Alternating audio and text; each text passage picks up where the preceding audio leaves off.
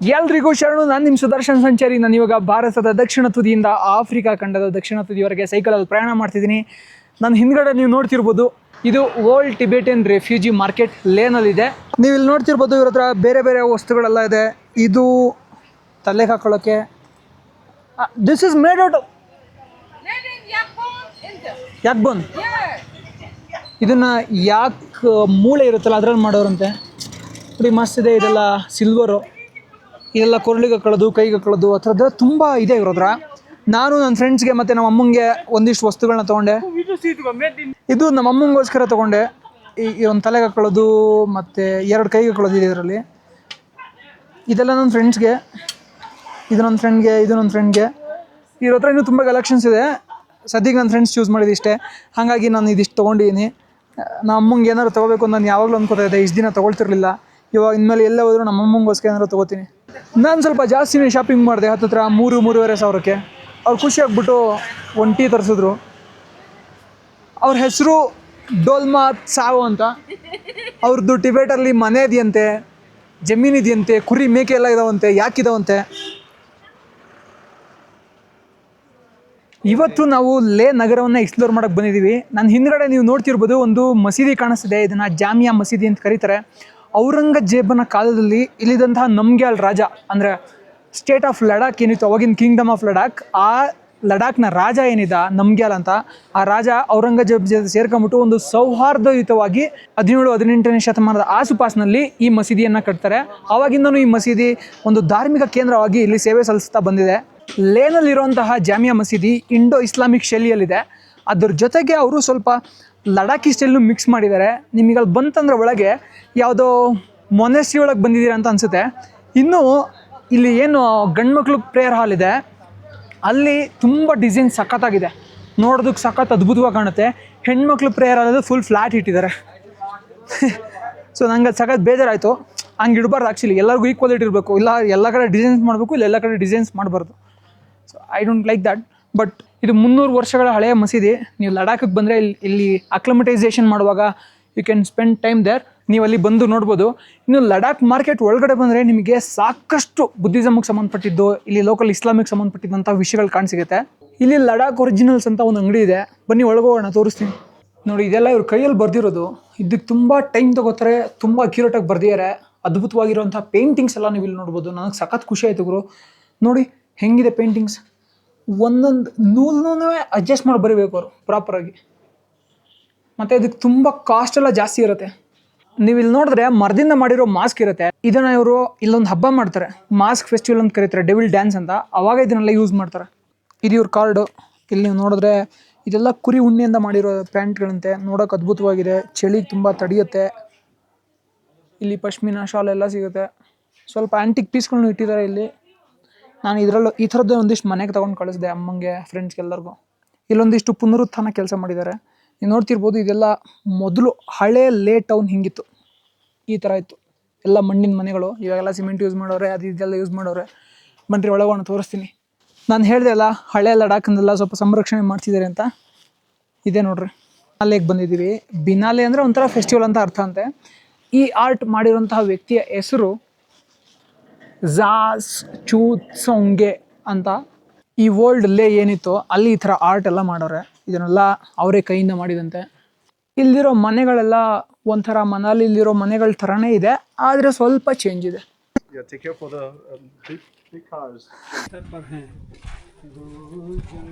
ಸ್ನೇಹಿತರೆ, ನಾವಿವಾಗ ಲೇ ಪ್ಯಾಲೇಸ್ ಮೇಲ್ಗಡೆ ಇದ್ದೀವಿ.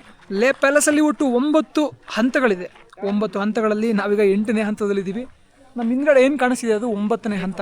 ನೀವು ಲೇಕ್ ಬಂದಾಗ ಲೇ ಪ್ಯಾಲೇಸ್ ಏನಕ್ಕೆ ಬರಬೇಕು ಅಂತ ಒಂದು ಸಿಂಪಲಾಗಿ ವ್ಯೂ ತೋರಿಸ್ತೀನಿ, ನಿಮಗೆ ಅರ್ಥ ಆಗೋಗ್ಬಿಡುತ್ತೆ.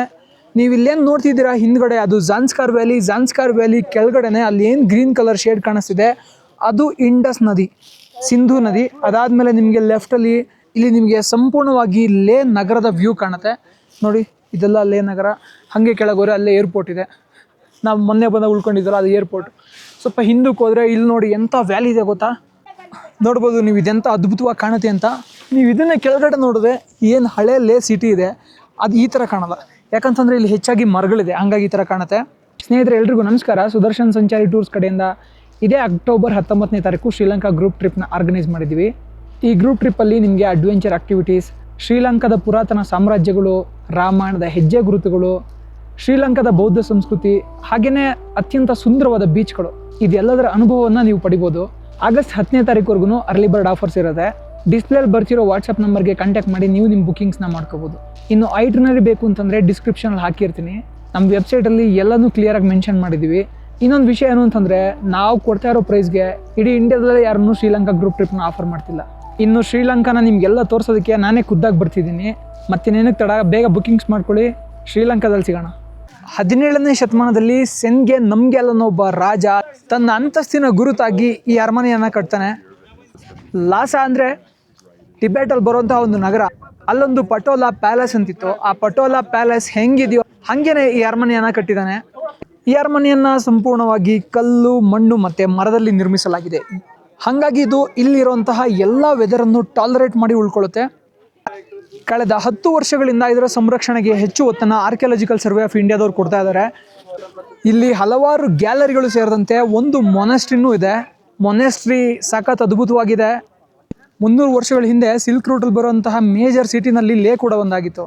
ಹಾಗಾಗಿ ವ್ಯಾಪಾರ ಇಲ್ಲಿ ತುಂಬ ಚೆನ್ನಾಗಿ ನಡೀತಿದ್ದರಿಂದ ಇಲ್ಲಿ ರಾಜ ತನ್ನ ಪ್ರತಿಷ್ಠೆನ ತೋರಿಸ್ಕೊಳ್ಳೇಬೇಕಿತ್ತು.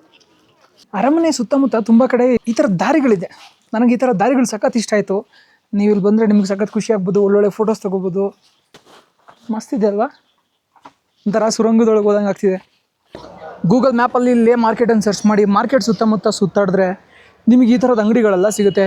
ನೀವಿಲ್ಲಿ ನೋಡ್ತಿರ್ಬೋದು, ಲೇ, ಲಡಾಖ್, ಕಾಶ್ಮೀರ್ ರೀಜನಲ್ಲಿ ಬೆಳೆಯುವಂತಹ ಎಲ್ಲ ಡ್ರೈ ಫ್ರೂಟ್ಸು, ನಟ್ಸ್ಗಳನ್ನ ಇವರು ಮಾರಾಟಕ್ಕೆ ಇಟ್ಟಿರ್ತಾರೆ. ಇಲ್ಲಿ ನೋಡ್ರಿ ಹೆಂಗವೆ ಬಾದಾಮಿ, ಎಷ್ಟು ಸಣ್ಣವವೆ. ಏಕ್ಯಾ ಸುಖಾ ಪನ್ನೀರ್ ನೋಡ್ರಿ, ಇದು ಒಣಗಿರೋ ಪನ್ನೀರ್ ಅಂತೆ. ಸಮಾಜ್ಗೆ ಇದು ಅವ್ರ ಮನೆ ನಂಗೆ ಕೊಟ್ಟಿರಲ್ಲ ತಿನ್ನೋಕ್ಕೆ. ನಮಕ್ ವಾಲ ಸ್ವೀಟ್ ವಾಲ ನಮಕ್ ಸ್ವೀಟ್ ಸ್ವೀಟ್. ಇದು ಕುರಿ ಹಾಲು ಮತ್ತು ಯಾಕೆ ಹಾಲಿಂದ ತೆಗೆಯೋದು. ಇಲ್ಲಿ ಜನ ಅದನ್ನು ಫ್ಯಾಟ್ ಕಂಟೆಂಟ್ಗೋಸ್ಕರ ಯೂಸ್ ಮಾಡ್ತಾರೆ. ನೋಡಿ ಎಲ್ಲರೂ ಇದನ್ನು ಇಟ್ಕೊಂಡು ಮಾಡ್ತಿರ್ತಾರೆ. ಡ್ರೈ ಫ್ರೂಟ್ಸ್ ಎಲ್ಲ, ಕಿಶ್ಮಿಸ್, ಇದಂತೂ ಫುಲ್ ಒಣಗ್ಯದ ನೋಡ್ರಪ್ಪ. ಡ್ರೈ ಫ್ರೂಟ್ ಅಂತ ಇದಕ್ಕೆ ಕರಿಬೇಕು, ಫುಲ್ ಗಟ್ಟಿ ಆಗುತ್ತೆ. ಸ್ನೇಹಿತರೆ, ನಾವಿವಾಗ ಲೇ ಮೇನ್ ಮಾರ್ಕೆಟಲ್ಲಿ ಇದ್ದೀವಿ. ಈ ಮೇನ್ ಮಾರ್ಕೆಟು ರಾತ್ರಿ ಹೊತ್ತು ನಿಮ್ಗೆ ಹೆಂಗೆ ಕಾಣುತ್ತೆ ಮತ್ತು ಇಲ್ಲಿ ಏನೇನೆಲ್ಲ ನಡೆಯೋದೆ ಅಂತ ನಾನು ನಿಮಗೆ ತೋರಿಸ್ಬೇಕಿತ್ತು. ಹಾಗಾಗಿ ಇಲ್ಲಿಗೆ ಬಂದಿದ್ದೀನಿ. ಮೊದಲನೇದಾಗಿ ಇಲ್ಲೊಂದು ದೊಡ್ಡ ಸ್ಟ್ಯಾಚ್ಯೂ ಇಟ್ಟಿದ್ದಾರೆ. ಇವ್ರ ಹೆಸರು ಸಾಗ್ಸಾಂಗ್ ರಾಸ್ಪಾ ಅಂತ. 17ನೇ ಶತಮಾನದಲ್ಲಿ ಇವ್ರ ಜೀವಿತಾವಧಿ ಇತ್ತು. ಲಡಾಖ್ ಮತ್ತು ಹಿಮಾಲಯದಲ್ಲಿರುವಂತಹ one of the wealthiest monastery, Hemis monastery ಇವ್ರ ಅಂಡರಲ್ಲೇ ಕಟ್ಟಲ್ಪಡುತ್ತೆ. ಮಾರ್ಕೆಟಲ್ಲಿ ಸಾಕಷ್ಟು ಕೆಫೆಗಳು, ಬಟ್ಟೆ ಅಂಗಡಿಗಳು ಎಲ್ಲನೂ ಇರುತ್ತೆ. ಒಂದು 8 ಗಂಟೆ ಅಂತಿದ್ದಂಗ್ಲೇ ಎಲ್ಲರೂ ಕ್ಲೋಸ್ ಮಾಡೋಕ್ಕೆ ಶುರು ಮಾಡಿಬಿಡ್ತಾರೆ. ನೀವು ಸಿಕ್ಕಿಮಿಗೆ ಹೋದ್ರು, ಯಾವುದೇ ಮೇನ್ ಸಿಟಿಗೆ ಹೋದ್ರು ಹಿಮಾಲಯಸಲ್ಲಿ, ಅಲ್ಲಿ ಮಾರ್ಕೆಟ್ನ ಇದೇ ಥರ ಡಿಸೈನ್ ಮಾಡಿರ್ತಾರೆ. ಸೆಂಟ್ರಲ್ಲಿ ಒಂದು ರಸ್ತೆ, 2 ಕಡೆ ದೊಡ್ಡ ಜಾಗ ಓಡಾಡೋದಕ್ಕೆ, ಅಕ್ಕಪಕ್ಕ ಅಂಗಡಿಗಳು. ನಾನು ಇದೇ ಥರ ಸಿಕ್ಕಿಂ ಕ್ಯಾಪಿಟಲ್ ಗ್ಯಾಂಗ್ಟಾಕಲ್ಲೂ ನೋಡಿದ್ದೀನಿ, ಇಲ್ಲೂ ಅದೇ ಥರನೇ ಇದೆ. ನನ್ನ ವೈಯಕ್ತಿಕ ಅಭಿಪ್ರಾಯ ಏನು ಅಂತಂದರೆ, ನೀವು ಯಾರನ್ನೂ ಈ 2 ಕಡೆ ಇರುವಂತಹ ಶಾಪ್ಸಲ್ಲಿ ಏನೂ ಬೈ ಮಾಡಬಾರ್ದು.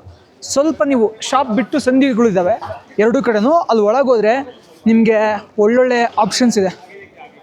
ಸೊ ಅಲ್ಲಿ ನಿಮಗೆ ಕಡಿಮೆ ರೇಟಿಗೆಲ್ಲ ಸಿಗುತ್ತೆ, ಅಲ್ಲಿ ತಗೊಳ್ಳಿ. ಇವಾಗ ಲೇನಲ್ಲಿರುವಂತಹ ಮಾರ್ಕೆಟ್ ಇದು ನೋಡ್ತಾ ಇರ್ಬೋದು. ಇದೆಲ್ಲ ಮಾರ್ಕೆಟ್ ಏರಿಯಾ. ಹಿಂಗೆ ಕೆಳಗೆ ಹೋದರೆ ಇನ್ನೂ ದೊಡ್ಡ ಮಾರ್ಕೆಟ್ ಸಿಗುತ್ತೆ. ಇಲ್ಲೇ ಒಂದು ಅಂಗಡಿ ಇದೆ, ಕಾಜಲ್ ಹೇರ್ ಕಟಿಂಗ್ ಅಂತ. ಅಲ್ಲಿಗೆ ಬಂದೀನಿ ನಾನು. ಇವಾಗ ಬರೀ ಗಡ್ಡ ಮಾತ್ರ ಕಟ್ ಮಾಡಿಸಿದ್ದೀನಿ.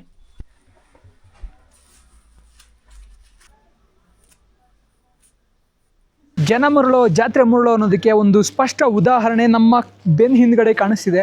ನೋಡ್ತಿರ್ಬೋದು, ಇದು ದುರಂಧರ್ ಪಾರ್ಟ್ 1, ಪಾರ್ಟ್ 2ನಲ್ಲಿ ಬರುವಂಥ ಒಂದು ಟೀ ಅಂಗಡಿ. ಲೇಕ್ ಬಂದವ್ರು ಎಲ್ಲರೂ, ಮೆಜಾರಿಟಿ ಆಫ್ ನಾರ್ತ್ ಇಂಡಿಯನ್ಸ್ ಇಲ್ಲಿಗೆ ಬಂದು ಫೋಟೋ ತೊಗೋತಾರೆ. ಒಳಗಡೆ ಟೀ ಕುಡಿದು ಅಲ್ಲೊಂದು ಫೋಟೋ ತೊಗೋತಾರೆ. ಬನ್ನಿ ನಾವು ಹೋಗೋಣ, ಜನ ಮರಳೋ, ಜಾತ್ರೆ ಮರಳೋನಲ್ಲಿ ನಾವು ಭಾಗಿಯಾಗೋಣ. ನೀವಿಲ್ಲಿ ನೋಡ್ತಿರ್ಬೋದು, ಕುರ್ತಾ ರೆಂಟಲ್ಗೆ 100 ರೂಪಾಯಿ. ಬೇಕಾದರೆ ನೀವು ಈ ಕುರ್ತಾನ, ಇದೇ ಥರದ ಬೇರೆ ಬೇರೆ ಕುರ್ತಾನ ರೆಂಟಲ್ ತೊಗೊಂಡು ಇಲ್ಲಿ ಹಾಕ್ಕೊಂಡು ಕೂತ್ಕೊಂಡು ಫೋಟೋ ತೆಗೆಸ್ಕೋಬೋದು. ಇನ್ನು ಈ ಟೇಬಲ್ ಮೇಲೆ ಕೂತ್ಕೊಂಡು ಫೋಟೋ ತೆಗೆಸ್ಕೊಳ್ಳೋಕ್ಕೆ 30 ರೂಪಾಯಿ. ಎಲ್ಲರೂ ಕೂತ್ಕೊಂಡು ನೀವು ಫೋಟೋ ತೆಗೆಸ್ಕೊಂಡ್ರೆ ಅದಕ್ಕೆ 30 ರೂಪಾಯಿ ಕೊಡಬೇಕು. ಮತ್ತು ಟೀ ಏನು ದುರಂಧರ್ ಫಿಲ್ಮಲ್ಲಿ ಕೊಟ್ಟಿದ್ರಲ್ಲ ಅದೇ ಥರದ್ದು ಟೀಗೆ 30 ರೂಪಾಯಿ ಕೊಡಬೇಕು. ನಾನಿಲ್ಲಿ ಒಂದು ವೆಜ್ ಥಾಲಿ ತೊಗೊಂಡಿದ್ದೀನಿ ತಿನ್ನೋದಕ್ಕೆ. ಇಲ್ಲಿ ತುಂಬ ಜನ ಫೋಟೋ ವಿಡಿಯೋ ತೊಗೊಳಕ್ಕೆ ಏನು ಬರ್ತಾರೆ, ಸಖತ್ ಡಿಸ್ಟರ್ಬ್ ಮಾಡ್ತಿರ್ತಾರೆ. ಬಟ್ ಸ್ಟಿಲ್ ವೆಜ್ ಥಾಲಿ 120 ರೂಪಾಯಿ, ಏನೋ 130 ರೂಪಾಯಿ ಅಷ್ಟೇ. ಸೊ ನೀವು ಇಲ್ಲಿ ಬಂದು ಟ್ರೈ ಮಾಡ್ಬೋದು. Veg thali not bad. And ಈ ವೆಜ್ ಥಾಲಿನ ರುಮಾಲ್ ರೋಟಿ ಜೊತೆ ಕೊಡ್ತಾರೆ.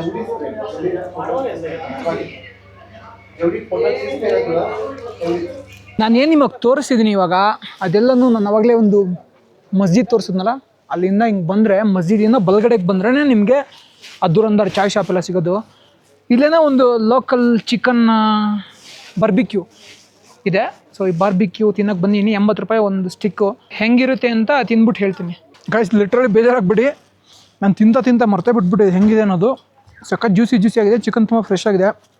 ನೀವು ಬಂದರೆ ಇದು ಬಂದು ಟ್ರೈ ಮಾಡಿ, ಸಖತ್ತಾಗಿದೆ. ನಾನು ILPನ ಇಲ್ಲೇ ಮಾಡಿಸ್ಕೊಂಡಿದ್ದು.